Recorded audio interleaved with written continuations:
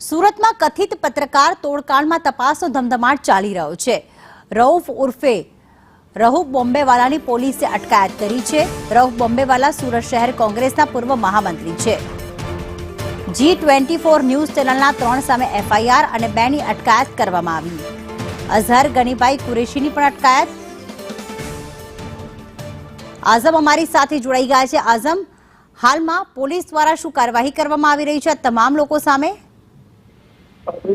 સુરત શહેરની અંદર આપણે જોઈ રહ્યા છીએ કે છેલ્લા કેટલાક દિવસોથી કથિત પત્રકાર અને આરટીઆઈ એક્ટિવિસ્ટો વિરુદ્ધ પોલીસ સક્રિય થઈ છે અને બિલ્ડરો પાસે તોડ કરતા હોય તેવી ફરિયાદો નોંધવામાં આવી રહી છે, જેના અંદર વધુ એક ફરિયાદ નોંધવામાં આવી છે અઠવાલાઈન પોલીસ સ્ટેશન ખાતે, જેમાં પૂર્વ ડાયરેક્ટર મિનિસ્ટ્રી ઓફ ટેક્સટાઇલના રઉફ બોમ્બેવાલા આરોપી બન્યા છે। G24 ચેનલ જે લોકલ ચેનલ ચાલે છે તેના યુટ્યુબના ચેનલના 3 સામે ફરિયાદ નોંધવામાં આવી છે। અઝહર ગનીભાઈ કુરેશીની ડિટેઇન કરવામાં આવ્યો છે। રઉફ ઉર્ફે રઉફ બોમ્બેવાલા ઇકબાલ બોમ્બેવાલાની પણ અટકાયત કરવામાં આવી છે, જ્યારે G24 ચેનલના પ્રકાશ વોરા હાલ વોન્ટેડ થઈ ગયા છે।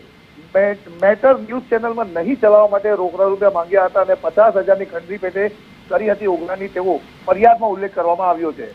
આભાર આઝમ તમામ વિગતો માટે।